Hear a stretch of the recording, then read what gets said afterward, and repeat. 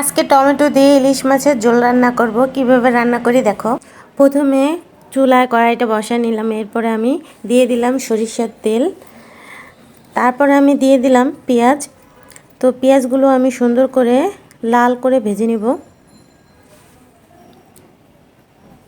তো আমি পেঁয়াজগুলো ভেজে নেই। তো আসসালামু আলাইকুম বন্ধুরা, কেমন আছো তোমরা সবাই? আলহামদুলিল্লাহ আমি ভালো আছি।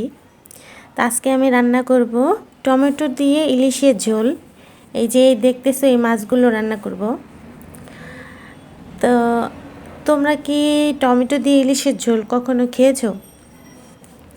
তা আমি রান্না করতেছি, তা দেখো কিভাবে রান্নাটা করি। তো আমার পেঁয়াজটা লাল হয়ে গেছে, এখন আমি লবণ দিয়ে দিলাম প্রথমে, তারপর দিয়ে দিলাম শুকনো, আমি দিয়ে দিচ্ছি মরিচের ফাঁকি, তারপর হলুদের ফাঁকি, একটু পানি দিয়ে দিব। তো তারপরে মশলাটা ভালো করে কষাই নেব,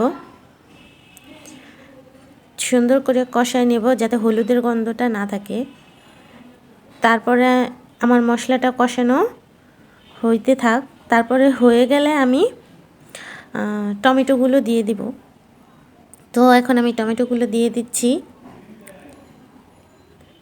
একটুখানি সামান্য পরিমাণে পানি দিয়ে দিলাম। এরপর আমি এই মশলার সাথে এটাকে মাখাই নেব। আমার মাখানো হইলে এটাকে আমি একটু ঢেকে দিব টমেটোগুলো সিদ্ধ হওয়ার জন্য। তো ঢেকে দিলাম, সিদ্ধ হতে থাক। তারপরে আমি মাছগুলো দিয়ে দিব টমেটোটা সিদ্ধ হলে। তো দেখি আমার টমেটোটা সিদ্ধ হয়েছে কি না। হ্যাঁ, সিদ্ধ হয়ে গেছে। এখন আমি মাছগুলো দিয়ে দিব। আর আমি কিন্তু মাছগুলো ভেজে নেই নাই, কারণ এইটা বড় মাছ এই জন্য, আর এটা ঝোল করবো এই জন্য আমি ভাজি নাই। তোমরা চাইলে ভাজতে পারো, সেটা তো তোমাদের ইচ্ছা, তোমরা যদি এভাবে কখনো রান্না করো তাহলে। এরপরে আমি একটুখানি পানি দিয়ে একবারে এটাকে ঢেকে দিব।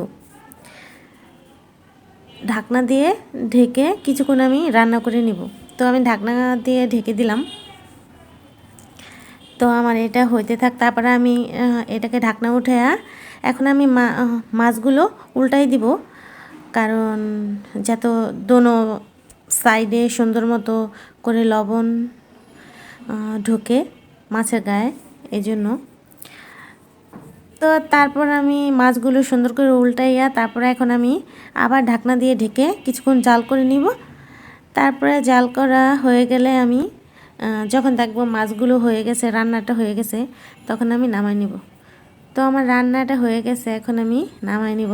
তো নামানোর আগে একটা কথা বলি, ভিডিওটা তোমাদের কেমন লাগলো কমেন্টে বলবা। আর আজ এই পর্যন্তই, তোমরা সবাই ভালো থাকো। আল্লাহ হাফেজ।